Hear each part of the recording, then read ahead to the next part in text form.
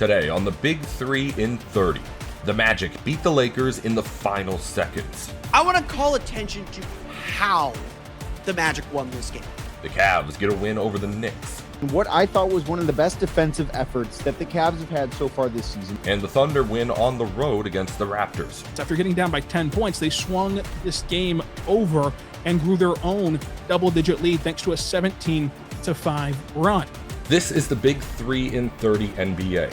The three biggest stories in the NBA from our local experts at the Locked On Podcast Network. We bring you the real story, why it matters, what's next, who wins the big game, and more, all in 30 minutes. The Big 3 in 30 NBA starts now. Thank you for making the Big 3 in 30 your first listen of the day, part of the Locked On Podcast Network, your team every day.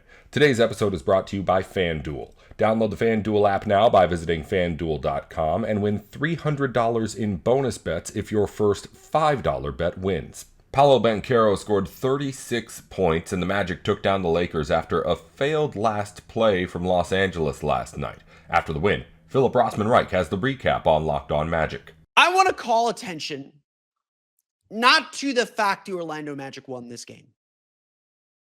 Not to the fact that the Magic went 3-1 on this road trip and could have gone 4-0 if not for a miracle Jalen Green 3. I want to call attention to how the Magic won this game. More specifically, the play, the proximate cause, the play that won them this game. It was Paolo Banchero, with the Magic down by 1, last possession, like 28 seconds left. It was Paolo Banchero bringing the ball up the court, dribbling and probing confidently, picking out his matchup that he wanted, DeAndre Ayton in this case, and getting to a spot on the floor that he felt comfortable with.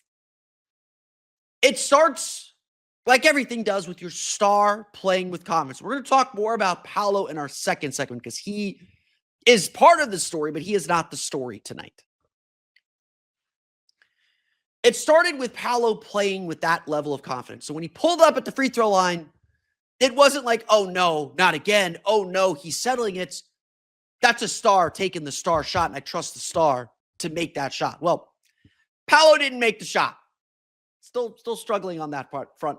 We'll get to that. He didn't make the shot. But that's not the end of our story, obviously, because you see the score on the rundown, the Magic won the game. It was Anthony Black getting in between at least two Lakers. It might have been three. And finding a way to get his hand on the ball. Finding a way to try and scratch out this rebound. What has been missing from the Magic for so long this season has been this sort of will. This determination to win. This determination of, I am not going to let the other team get this basketball. I am going to make sure in this critical clutch moment, again, like this is just narratively so rich. I am going to make sure my team has a shot at this thing. And so when Black got his hands on the ball, when he was able to wrest that ball free, he wasn't able to catch it cleanly. It kind of squirted out of his hands. But the ball was alive. Magic had a crack at it. And the ball fell exactly to who it needed to fall to. Wendell Carter at the basket on the block for a layup to put the Magic up by 1 with 6 seconds to play. Now, that's still plenty of time for a Lakers team with Luka Doncic and LeBron James and Austin Reeves. There's a reason why the Lakers had not lost a game by a single possession all season long, why they were 16-3 or 16-3 in clutch games so far this season. They are tough to beat because they have tough shot makers. And so JJ Redick put on his little football play and was able to get Luka Doncic a decent look. The Magic a little confused on a switch on a screen. Anthony Black late getting through the screen. Doncic had a 30-foot three for a chance to win. But because the Magic had done their work early, had done their work throughout the course of the game to defend and keep him off balance, he didn't feel comfortable taking the shot. And you can listen to Locked On Lakers. It was probably be on Locked On NBA as well. Breaking down why didn't Luka take that shot? That was their best chance to win. And maybe it goes in, maybe it doesn't. Maybe we're having a different conversation if it goes in. but he shuttled the ball off to LeBron James. LeBron got a shot over Jonathan Isaac, hit off the back iron, nowhere near good. The Magic escape with the 110-109 victory. Those final two plays, like again, not all of it's in your control. There is an element of luck. This is why I don't like close games. This is why I tell you good teams don't win close games. They avoid them because sometimes the ball doesn't squirt to Wendell Carter. Sometimes it squirts right to a Lakers player, and that's ball game. Sometimes Luka Doncic hits the 30-foot three, and you just live with it. Sometimes LeBron hits threes over Magic defenders in Game 2 of the 2009 Eastern Conference Finals. That stuff happens. But that's not what happened this time. And it's because of the Magic's grit. It's because of this determination. It's because of this return to their defense that they were able to survive a night when they shot really poorly from three, 9 for 29 from three. And I believe 4 of those threes came in the fourth quarter. It's why the Lakers shot 9 for 29. The Magic were 7 for 29 from three. I knew that wasn't right. Magic were 7 for 29 from three. They shot 45.7% from the floor. Could not make a shot to save their lives. We're just 4 for 12 on fast break points. We're 5 for 12 on second chance points. They got the one that mattered. Only 29 of 54 for their 58 points in the paint. The Magic left a lot of points on the board. They fouled a lot too. The Lakers, number one team in getting to the foul line, of course. 28 free throws. They missed 8 of them. Door was left open, just like last year in Los Angeles. But this game came down to grit and defense. Orlando got stops when they needed to get stops. They didn't let their poor shooting drain their energy as they have for so much this year. And if you're looking for any sign that the Magic are back, if you're looking to say, oh, this is Orlando Magic basketball, this is the basketball we've been missing all year long, this was a game where it delivered. As I mentioned yesterday, Orlando has climbed up to 13th in defensive rating. They're 113.4 defensive rating. They're only 0.7 points per 100 possessions behind Minnesota for 10th. So this team might still end up being a top 10 defense after all the struggles they've had. They're up to, I think, 15th since December 7th when Franz got hurt. In the last 10 games, not a big sample, not a small sample, just a sample. In the last 10 games, the Magic are 6th with a 108.7 defense rating, while their offense is still a little bit of a mess. Obviously, they're struggling to make shots. Obviously, they miss Franz Wagner a ton. Their bench is kind of in shambles. The Magic are back to defending at such a high level, at such a strong pace, that they're revealing their grit again. They're confident they can still win when they miss shots at the rate they miss shots. And look, that's not the identity we wanted for this team. We wanted this team to be more confident offensively. And look, generally they are. They're outside the bottom 10. Like they're doing things offensively. But the basis for everything the Magic were trying to do was always this defensive grittiness. And so you have a game here where against these 3 megastar players, Luka Doncic has 22 points. He's 8 for 24, 2 for 10 from 3. Still 9 rebounds, still 15 assists, still did Luka things. You force LeBron James into 5 turnovers for his 21 points on 8 for 13 shooting, 2 for 6 from 3. Austin Reeves goes scoreless, goes without a field goal in the first half. He ends up 6 for 16. And yeah, his little scoring binge in the third quarter gave the Lakers their largest lead at 12 points that Orlando had to erase. He finishes with 18 points. The Magic had the defense that could bother those star players. And it wasn't perfect. Orlando still gave up, I think, 111 or 112 points per 100 possessions. It wasn't, they still fouled too much. They still gave up some key offensive rebounds. They had to adjust and struggle with some pick and roll stuff.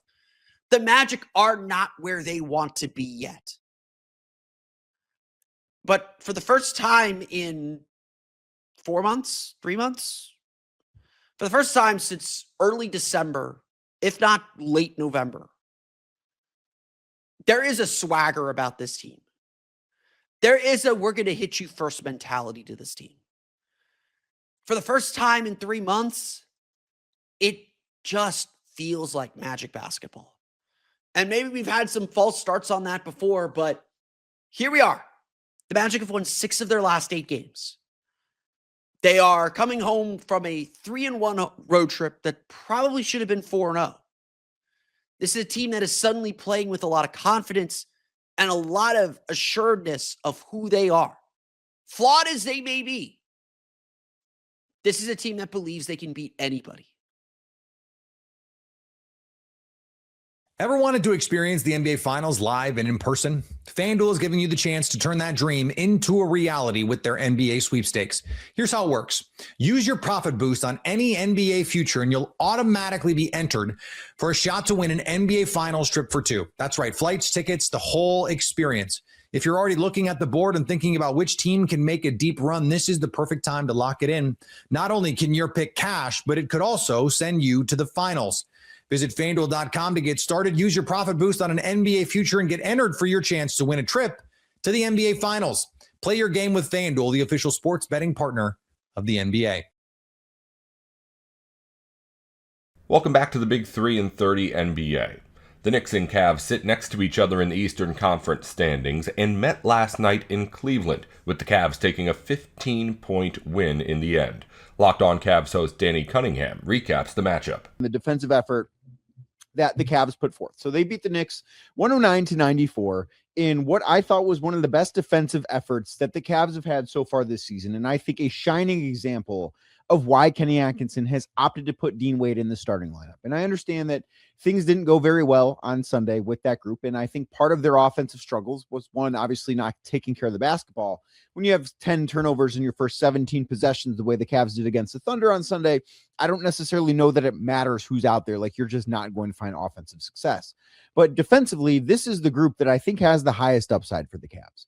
And you've got Jared Allen out there, who was awesome for most of this game. Evan Mobley, who is, I think, showing signs that he's starting to find his rhythm. Thought he was better in the second half than the first half, but like, he's always really good defensively.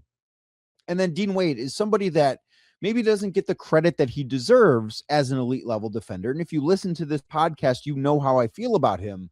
And you know that I do think that this starting lineup is the right decision. And I think we saw why in this game on Tuesday night. So Dean Wade opens up the game as the primary defender for Jalen Brunson. And I don't have the tracking data as of right now to really go over it, but he spent a lot of time defending Brunson. And Jalen Brunson struggled again against the Cavs.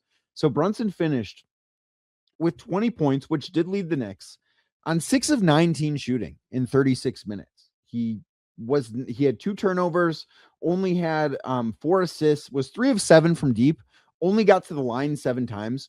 So the fact that he was 3 of 7 of deep, and I believe at least one of them came on a second chance attempt too, that means that he was 3 of 12 inside the arc, which, if you watch a lot of Jalen Brunson, you know he likes to get to those spots, right? He's sort of a throwback player in a sense that he sort of loves that, like, 15-footer to 13-footer, like that type of shot that's in the mid-range that you don't see a ton of in the NBA. Jalen Brunson makes a killing on that in today's game.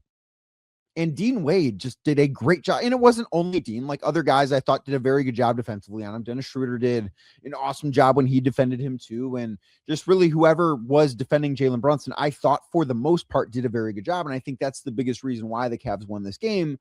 Because if Jalen Brunson doesn't have it going on, the Knicks are going to struggle offensively unless they get some outlier performance like we saw on Christmas Day.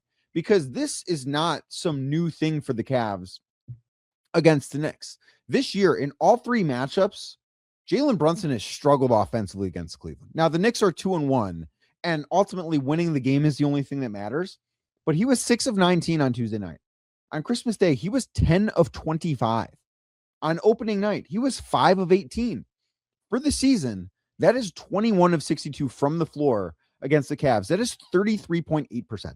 The Cavs right now, and like, the Cavs lost on opening night because they could not get into the paint. Like, the Knicks did a really good job defensively, and the Cavs lost on Christmas Day in part because they couldn't get a rebound in part because Tyler Kolek, who basically was a DNP-CD. I mean, he played garbage time, 2 minutes and 42 seconds.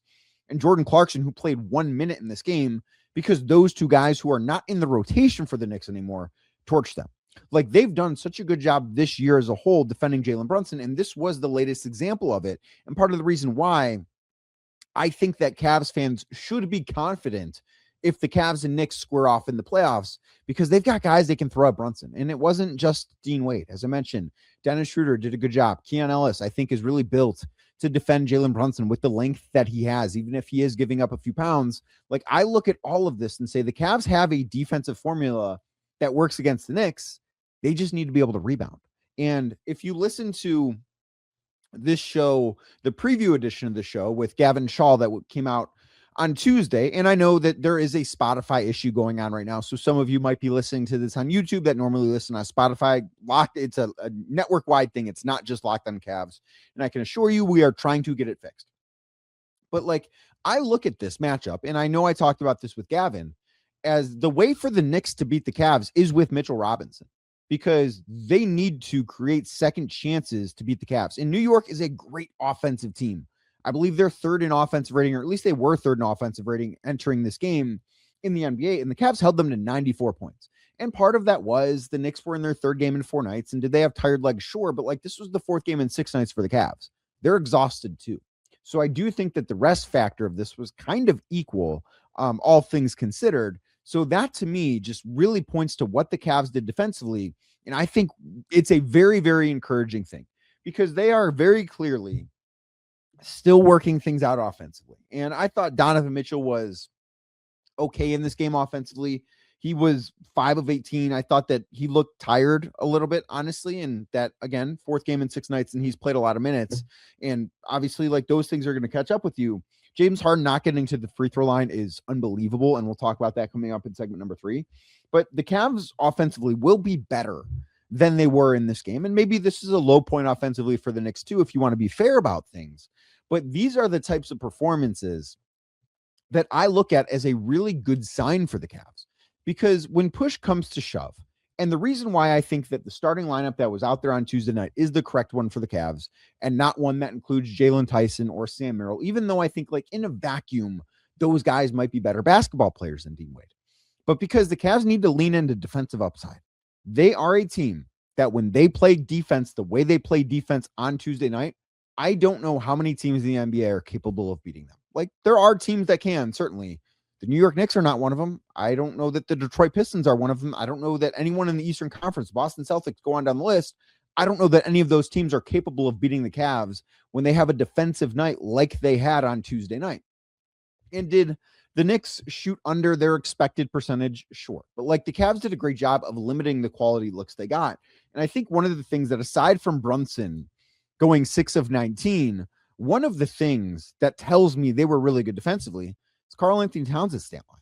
And I think that if the Cavs square off against the Knicks in a playoff series, Karl Towns is going to not have a good time in it. I don't think he can stay on the floor defensively. And, like, in this game, Towns had 14 points. He was a perfect 5 of 5 shooting. So you might be thinking, what are you talking about? It does not get more efficient than that.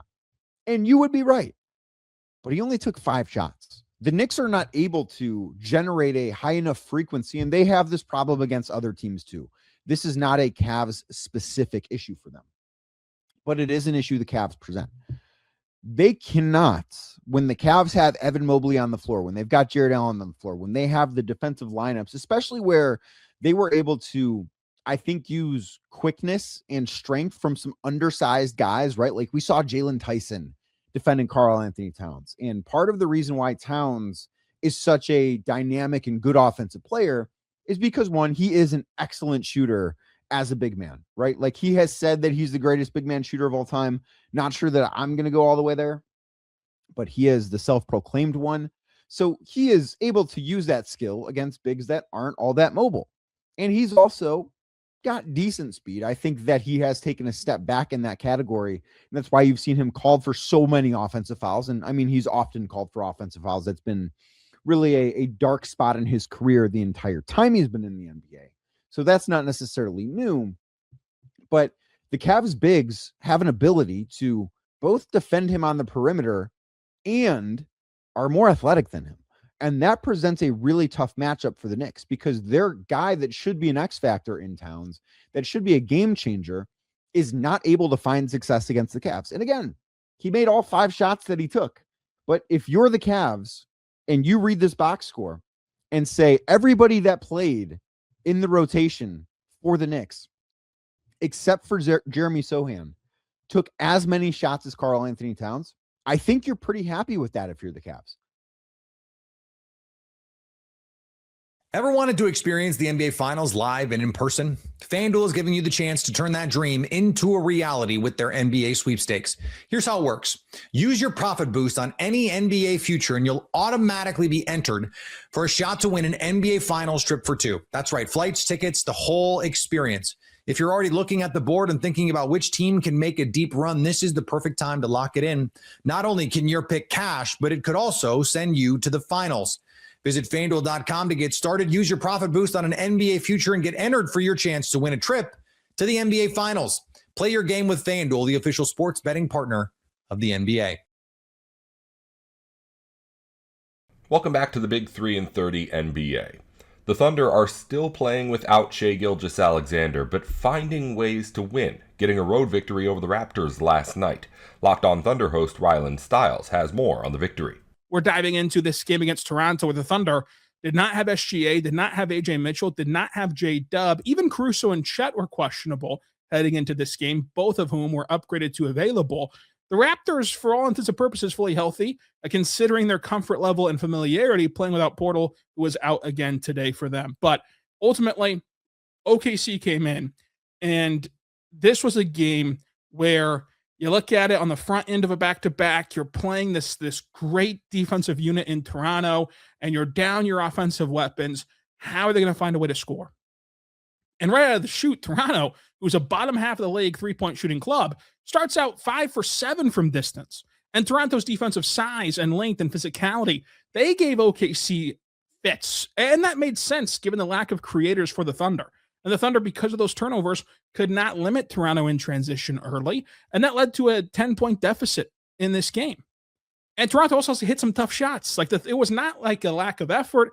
It was not a lack of defensive intensity that gained the Raptors this big lead. I mean, RJ Barrett, Brandon Ingram, they had some tough shots over Lou Dort, who nearly fouled them. That's how tight of defense he was playing on them. It was just a night that felt like, well, it's just not OKC's night. And the Thunder, whenever they could not stop the ball, turning the ball over, they let up this 11-2 run for Toronto. And the Thunder had 7 first quarter turnovers, which led to 10 points for Toronto. That was the staple of the first quarter. But this Thunder team, they didn't pack it up. They didn't share that sentiment of it not being their night. In fact, they had a great response. After getting down by 10 points, they swung this game over and grew their own double-digit lead thanks to a 17-5 run. And so you're feeling pretty good at halftime now. Okay, the Thunder have found their footing. Of course, it's going to be an interesting game, but man, to go from down 10 to up 10 is a big deal. And then OKC had this third quarter avalanche. And it's like, well, it is the Thunder. This is kind of their MO. We've been talking about third quarter avalanches for over a calendar year now in Oklahoma City.